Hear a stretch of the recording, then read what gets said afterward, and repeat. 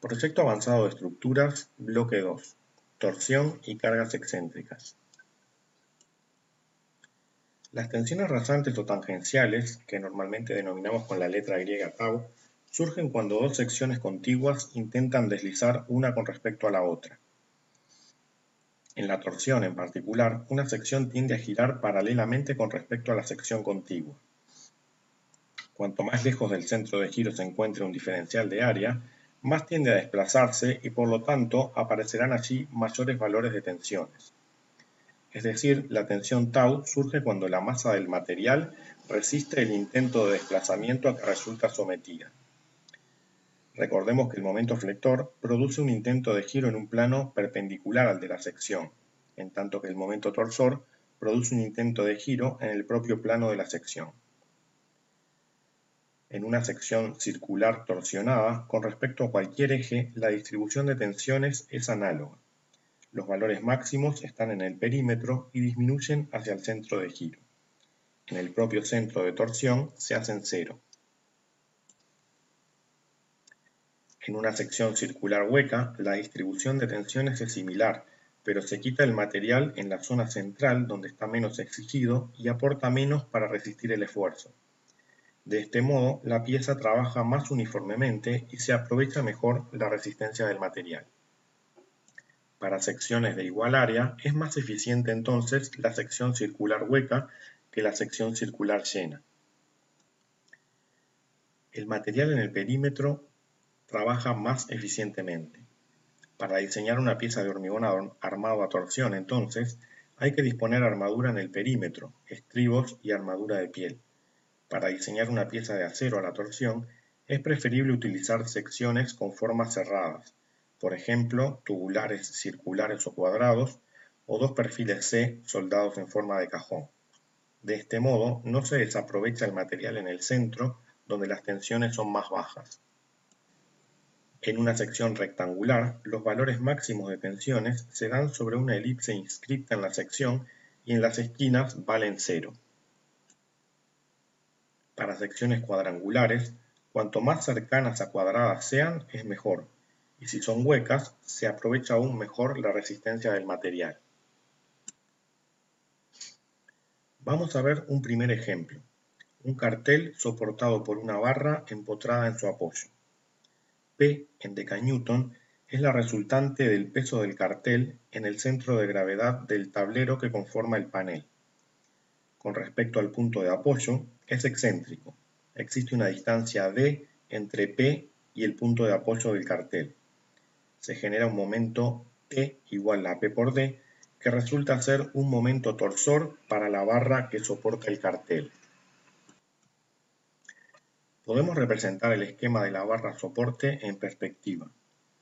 En el extremo de la ménsula indicamos las descargas del cartel, la fuerza P y el momento T igual a P por D, que resulta torsor, pues está contenido en el mismo plano que una de las secciones de la barra, la sección del extremo de la ménsula. Y en el extremo opuesto indicamos un empotramiento, que es la única opción para que la barra esté en equilibrio. Debe impedir tanto desplazamientos como giros. O podemos representar el esquema en una vista frontal plana e indicamos los momentos torsores con la nomenclatura de un circulito con un punto en el centro y un circulito con una cruz.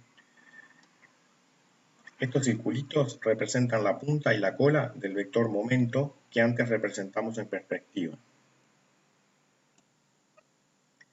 Primero resolvemos el equilibrio global, una fuerza y un momento flector reactivos en el empotramiento para equilibrar la fuerza P y un momento torsor reactivo menos T igual y contrario al activo. Graficamos solicitaciones, cortante, momento, flector y momento torsor. El diagrama de torsores es uniforme, ya que la barra resulta uniformemente torsionada por los dos momentos torsores opuestos en sus extremos. Un artificio posible para la construcción de este diagrama es suponer que el momento torsor concentrado es una fuerza puntual y trazar el correspondiente diagrama de cortantes. En este ejemplo estamos despreciando el peso propio de la barra. Al la hora de dimensionarla, por otra parte, convendría utilizar un perfil tubular hueco de sección circular o cuadrada. Vamos a ver un segundo ejemplo. Un refugio peatonal de hormigón armado compuesto por una losa rectangular de dimensiones L1 por L2 apoyada exclusivamente por uno de sus lados en una viga y esta descargando sobre dos pilares en sus extremos. Las cargas a considerar sobre esta estructura son su peso propio, que nunca es despreciable en el caso de una estructura de hormigón armado, y la sobrecarga. Como es un techo relativamente bajo, es necesario prever la situación de que personas se suban sobre el techo. Si el refugio peatonal está sobre una avenida principal, es necesario considerar entre 400 y 500 decanewton por metro cuadrado de sobrecarga. Si se encuentra sobre una vía de circulación menos concurrida, se pueden considerar valores menores. Podemos despreciar, en este caso, la carga de viento, ya que no es una estructura liviana, ni alta, ni con grandes superficies cerradas expuestas al viento. Modelizamos la losa a través de una faja representativa perpendicular al lado de apoyo, que por comodidad numérica conviene tomar de 1 metro de ancho. Aquí vemos el esquema de la faja de losa de 1 metro de ancho, una ménsula de luz L1 y carga Q en decanewton por metro. El valor de la carga por metro cuadrado coincide con el valor de la carga por metro lineal por tratarse de una faja de 1 metro de ancho. Es decir, en este caso, Q decanewton por metro. Resolvemos el equilibrio global. La resultante total de cargas es una fuerza Q por L1, carga distribuida por distancia, ubicada en el centro de la barra. Se equilibra con una fuerza igual y contraria en el apoyo y un momento reactivo Q por L1 al cuadrado sobre 2. El apoyo, por ser el único existente, debe ser un empotramiento. Trazamos diagramas de cortante y de momento. El diagrama de momentos se vuelca del lado de las fibras traccionadas por la flexión, en este caso las fibras superiores de la losa. El momento de la losa se transmite a la cara superior de la viga, luego a la cara vertical izquierda, a la cara inferior y luego a la vertical derecha. Es decir, ese momento, la descarga de la faja de losa, resulta ser un momento torsor para la viga. La viga recibe las descargas de la losa. Una carga uniformemente distribuida Q' igual a Q por L1 en decanewton por metro y un momento torsor uniformemente distribuido T igual a Q por L1 al cuadrado sobre 2 en decanewton metro por cada metro de viga. Vemos un esquema perspectivado. Al menos uno de los apoyos de la viga debe impedir el giro para que pueda existir equilibrio global. En este caso, por simetría, consideramos a ambos apoyos como empotrados. La sección media de la viga vemos que es la que más se deforma. Las secciones de los extremos, donde estarán las máximas solicitaciones, no tienen deformación, ya que son los vínculos empotrados. Aquí vemos un esquema plano de la viga, análogo al anterior esquema perspectivado. Vemos la carga uniformemente distribuida y el momento torsor uniformemente distribuido. Resolvemos el equilibrio global correspondiente a una barra bien potrada. Fuerzas reactivas iguales y contrarias por simetría, Q' por L cuadrado, Q' por L2 sobre 2, momentos reactivos Q' por L cuadrado sobre 12 y momentos torsores reactivos T por L2 sobre 2. Por simetría, los momentos torsores reactivos tienen signo igual y contrario al de la carga. Trazamos diagramas de solicitaciones, cortante, momento flector y momento torsor. Para el diagrama de momento torsor aplicamos el artificio. Suponemos que la carga distribuida de momento torsor es una fuerza distribuida, es decir, una carga uniformemente repartida. y trazamos el diagrama de cortante correspondiente. Los valores máximos de esfuerzo-torsor están en los extremos, coincidiendo con los valores de momento torsor reactivo. Aquí tenemos una propuesta de armado para la losa y la viga. Es una propuesta de disposición de armaduras. Se reconocen las armaduras necesarias y se diseñan. Faltaría una etapa final de cálculo de las cuantías de acero y verificación de las secciones de hormigón. La losa se arma por la cara superior, pues allí están las tracciones originadas por la flexión. Tenemos la armadura longitudinal principal que arranca en el extremo de la ménsula y luego se ancla en la viga. La losa se empotra en la viga y debe transmitirle el momento de empotramiento. Vemos dos opciones de armado. A la izquierda, la armadura longitudinal de la losa se prolonga y envuelve a la armadura longitudinal de la viga y cumple también la función de estribo de viga. A la derecha, la armadura longitudinal de la losa se ancla adecuadamente en la viga para transmitirle el esfuerzo de tracción, aproximadamente 50 diámetros, y se disponen además estribos de viga cerrados para resistir el esfuerzo torsor. Abajo se indica que es necesario girar la esquina en la que se cierran los estribos. Tenemos además armadura superior de repartición en la losa, armadura longitudinal en todas las caras de la viga para resistir el esfuerzo torsor junto con los estribos, y armadura inferior en la losa en la mitad más próxima al apoyo, donde los esfuerzos de compresión son mayores. Esta armadura cumple la función de aumentar el módulo de elasticidad del hormigón armado en esa zona, de modo de disminuir las deformaciones de la losa. Es recomendable para losas en voladizos de luces medias o grandes, mayores en general a 1,5 metros. Vemos un detalle de la armadura del pilar y del encuentro entre la viga y un pilar. La armadura del pilar se mantiene completa hasta la cara superior y allí la armadura longitudinal de las caras cortas se prolongan abrazando a la viga. De este modo se logra un adecuado confinamiento del hormigón en la cabeza del pilar en la zona en que la viga se empotra en el pilar. La armadura longitudinal de la viga se prolonga hasta la cara opuesta del pilar y luego se termina de anclar. Recordemos que es una unión empotrada.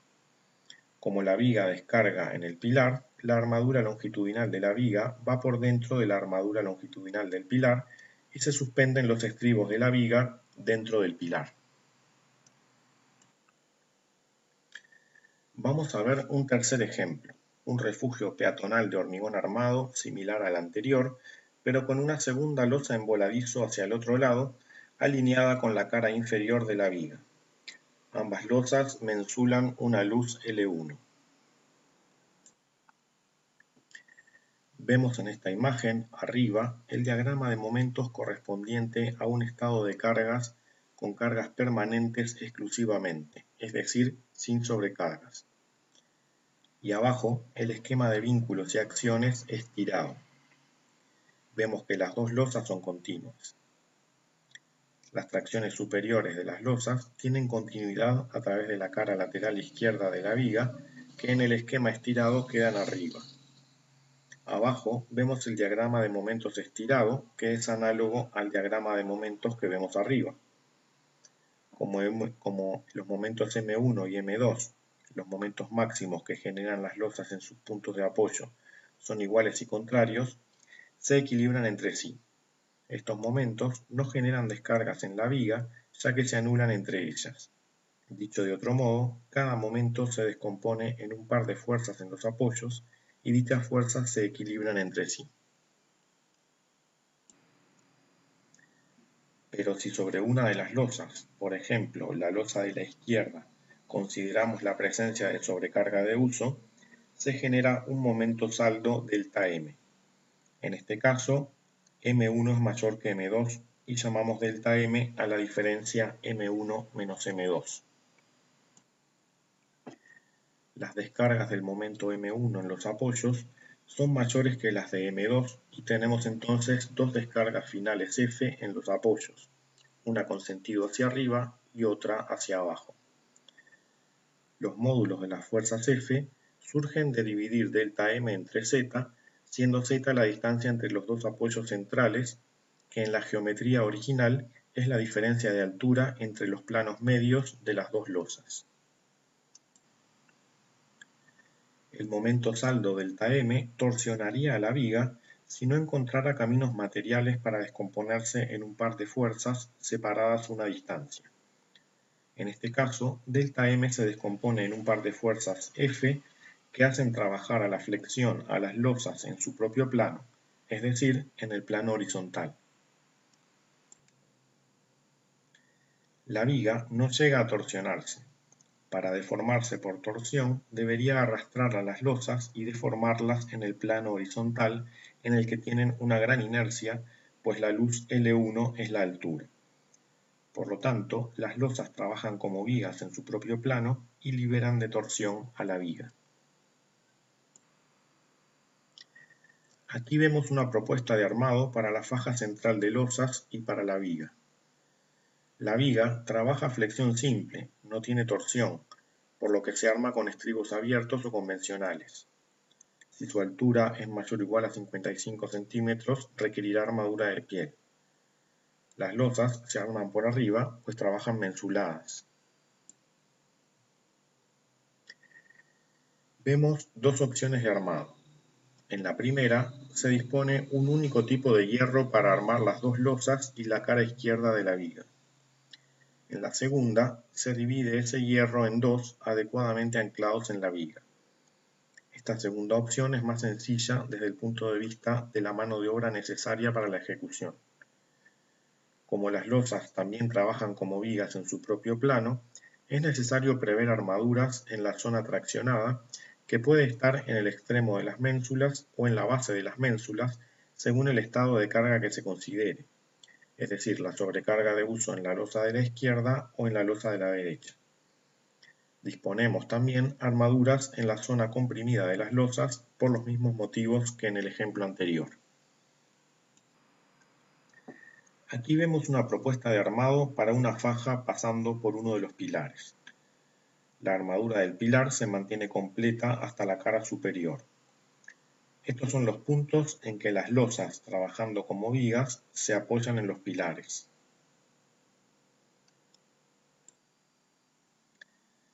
Si la losa de la derecha tuviera sobrecarga y la de la izquierda no, las descargas F que surgirían de descomponer delta M serían hacia afuera, al revés de las que estamos viendo en esta imagen. Para este caso, las tracciones en las losas trabajando como vigas estarían en los extremos de las ménsulas. En los apoyos, por lo tanto, hay que disponer tensores para anclarlas a los pilares. Vemos dos posibles disposiciones de armado para esos tensores. Vamos a ver ahora un cuarto ejemplo. Es similar al anterior, pero ahora las dos losas están alineadas a la misma altura. Sus caras superiores coinciden con la cara superior de la viga. Si consideramos en este caso, por ejemplo, sobrecargada solo la losa de la izquierda, se genera un delta M con sentido antihorario. Este momento saldo no puede descomponerse en un par de fuerzas porque no hay dos caminos materiales con una distancia, ya que las losas están alineadas. Por lo tanto, delta M se transmite a la viga y ésta resulta torsionada. Las dos losas se empotran en la viga y tienen tracciones en la cara superior. Una parte de los momentos máximos de ambas losas se equilibran entre sí, la correspondiente a los momentos que generan las cargas permanentes. Con este valor de momento, el momento máximo menos delta M, podemos diseñar un hierro superior continuo para ambas losas.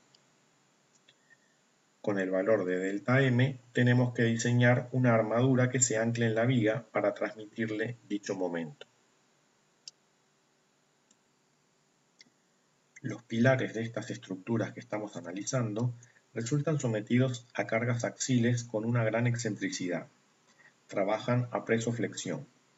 ¿Cómo diseñamos las bases de estos pilares? Llamamos A al ancho del pilar, F a la resultante de las fuerzas que actúan sobre el pilar y E a la excentricidad de la fuerza F, es decir, la distancia desde F hasta el eje del pilar. E más A sobre 2 es entonces la distancia desde F hasta la cara opuesta del pilar. Y llamamos A y B mayúscula a las dimensiones en planta de la base del pilar. Se denomina núcleo central de la base al lugar geométrico de la cara de apoyo sobre el terreno en donde tiene que estar aplicada la resultante total de las cargas sobre la base para que únicamente se produzcan compresiones sobre el terreno, es decir, para que la base no tienda a despegarse o levantarse del terreno en ninguna zona. Para una base rectangular, el núcleo central es el rombo, cuyos vértices son los puntos medios de las caras del rectángulo central que surge al trazar una malla en la base, dividiendo en tres partes iguales los lados A y B. Vamos a diseñar en este curso bases que cumplan con la condición de que no tiendan a despegarse del terreno en ninguna zona, es decir, con la carga total de la base pasando por el núcleo central. Llamamos caso 1 al caso en que la resultante de la carga sobre la base pasa por el centro de su cara de apoyo, es decir, es un caso de carga centrada. Tenemos que diseñar las dimensiones A y B mayúscula para que esto ocurra. La dimensión A mayúscula debe ser entonces el doble que la dimensión E más A sobre 2. El ancho B de la base lo deducimos de la ecuación de equilibrio.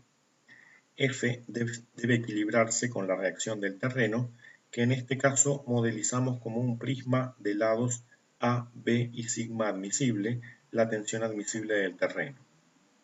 Conociendo F, el lado A y sigma admisible, despejamos B de esta ecuación.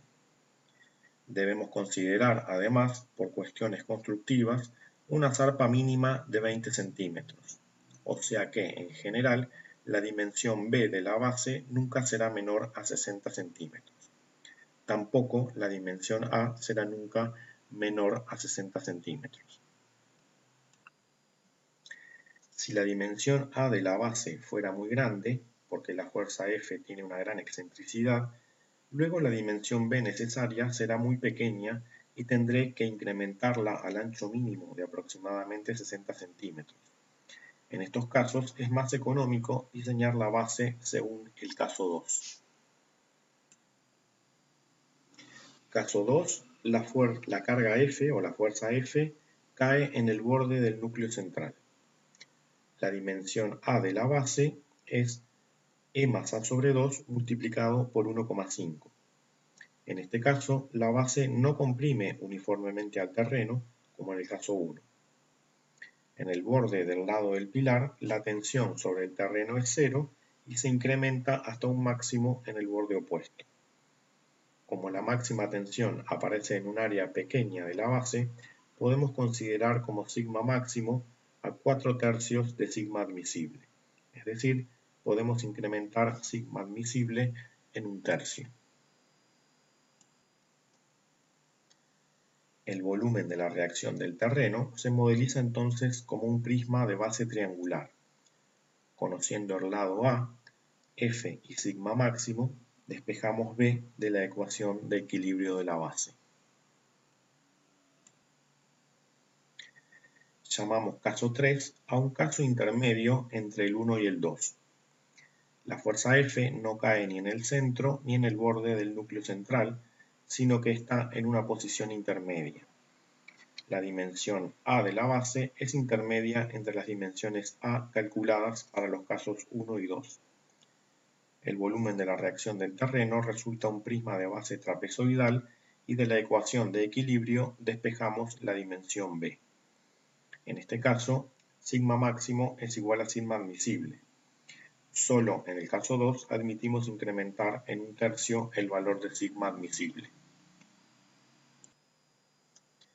Finalmente, les dejamos a modo ilustrativo el dimensionado de las bases de un refugio peatonal análogo al del cuarto ejemplo visto en esta presentación. Aquí vemos las dimensiones de las losas. La cubierta de hormigón armado mide en total 8 por 10 metros. En rayado aparece el área de cubierta que, por simetría, descarga para uno de los pilares. Aquí vemos el cálculo de las dimensiones en planta de la base según el caso 2, que finalmente da de 1 metro por 3,3 metros, teniendo en cuenta que la sobrecarga de uso puede presentarse solo en la losa de la derecha, como aparece aquí analizada, o solo en la losa de la izquierda, que resultaría en un caso simétrico al que aparece en esta imagen. La base final surge de superponer ambos casos.